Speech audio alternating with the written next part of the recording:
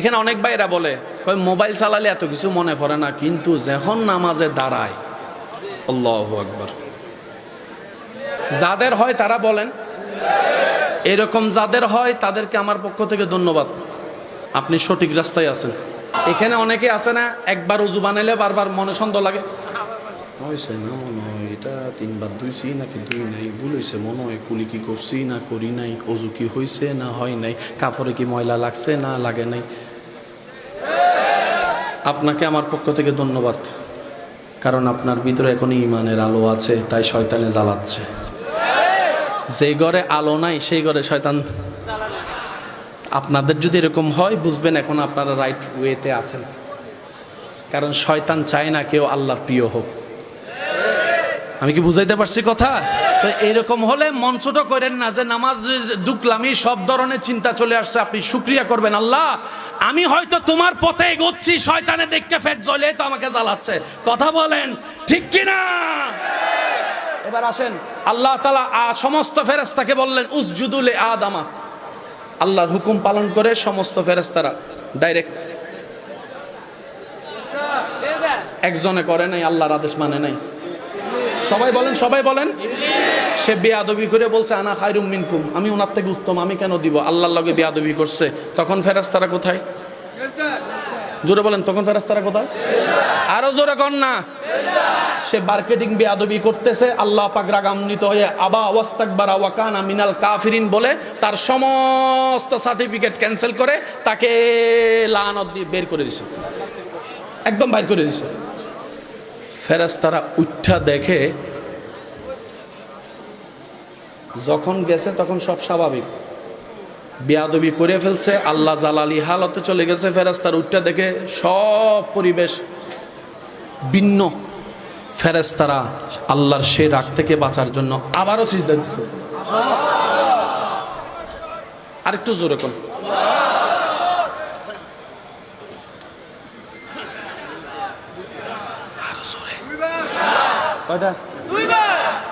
আল্লাহ কয় তোদের কাজটা পছন্দ হয়েছে রে, কিয়ামত পর্যন্ত আমার বান্দাদেরকে দিয়ে আমি আল্লাহ। মন খুলে বলেন, আরো জোরে বলেন। নিজের সচক্ষে কাবা দেখেছেন কে কে? হাত তুলেন। কাবা, কাবা, মাশাআল্লাহ মাশাআল্লাহ মাশাআল্লাহ মাশাআল্লাহ। এবার হাতটা রাখেন। কোন কালারের কাপড়? শরীরে কোন কালারের কাপড়? সাদা। জোরে বলেন, শরীরে কোন কালার? কাবায় কোন কালার? কালো কালার কেউ পছন্দ করে না, কাইল্লা। কিন্তু সে কালো যখন আল্লাহর ঘরে আপন হয়ে যায়, মানুষ সে কাবার কালো গিলাপ দেখার জন্য পাগল হয়ে যায়। একটু ধরার জন্য ঝগড়া করে পর্যন্ত, এই সুইসর আমি ধরি। সুবহানাল্লাহ বলেন না রে ভাইয়া? কালো কত দামি হয়ে যায় রব যখন কালোটাকে আপন করে নাই, বলেন না সুবহানাল্লাহ। কালোর কোনো দাম নাই। হাফসি যখন আল্লাহ রসুল বলছেন বেলাল তুই আমার, তুই আমার, সুবহানাল্লাহ জোরে বলেন না। যে গোলামকে কেউ কখনো মূল্যায়ন করে সামনে যেতে দেয় নাই, আল্লাহ রসুল এমন সম্মান দিয়েছে, সেই বেলালকে নামাজের আজানের ইমাম বানিয়ে দিয়েছেন। সুবহানাল্লাহ। বেলাল কালো দামি হয় যদি দামির লগে লাগতে, শুধু দামিটা আমাদের খুঁজে বাইর করতে হবে। ভাইয়া মনোযোগ আছে আপনাদের? আসলে কষ্ট হচ্ছে না তো আপনাদের? এবার আপনি আল্লাহর ঘরে গেলেন সাদা কাপড় পরে, লব্বাইক আল্লাহুম্মা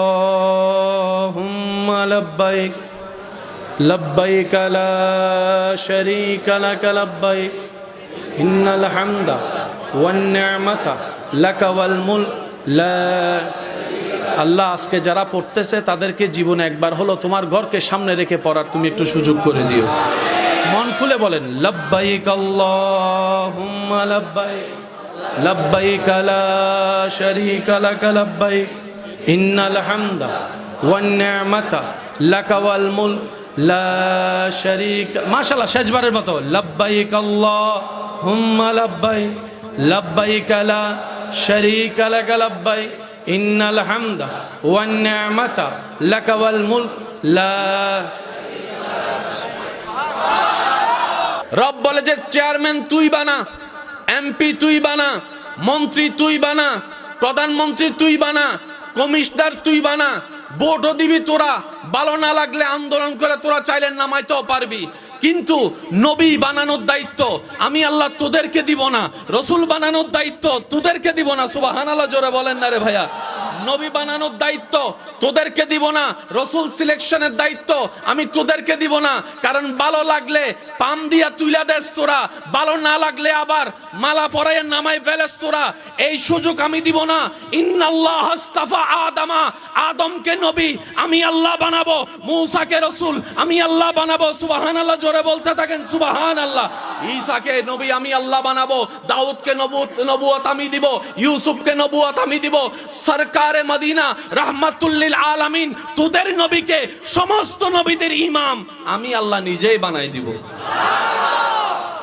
তাহলে একটা চাইলে পরিবর্তন করতে পারেন। জোরে জোরে জোরে জোরে।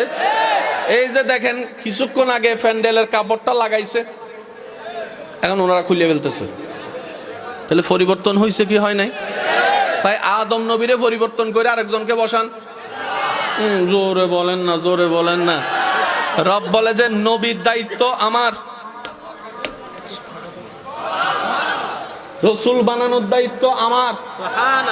বান্দা এই জায়গায় তোমার নাক গলানোর কোনো সুযোগ, আওয়াজটা আর একটু ছোট হবে, সুযোগ তো আল্লাহ আমরা করব তো কি করব?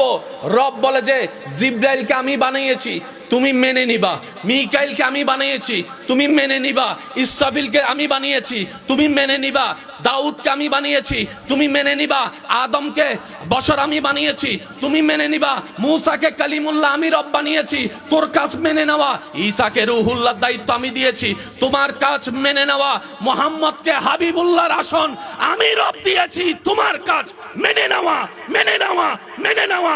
আমানতু বিল্লাহি ওয়া মালাইকাতিহি ওয়া কুতুবিহি ওয়া রাসূলিহি ওয়াল ইয়াউমিল আখির। চিৎকার দিয়ে বলেন সুবহানাল্লাহ।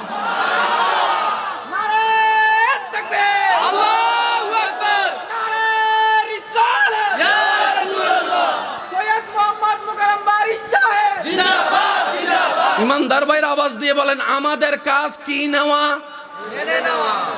আর একটু ছোট করে বলেন ওরা শুনবে। আমাদের কাজ কি নেওয়া, কি মানব, কতটুক মানব, প্রশ্ন এখানে। মেনে তো নিলাম, কতটুক মানব? রব বলে যে 100-তে 100।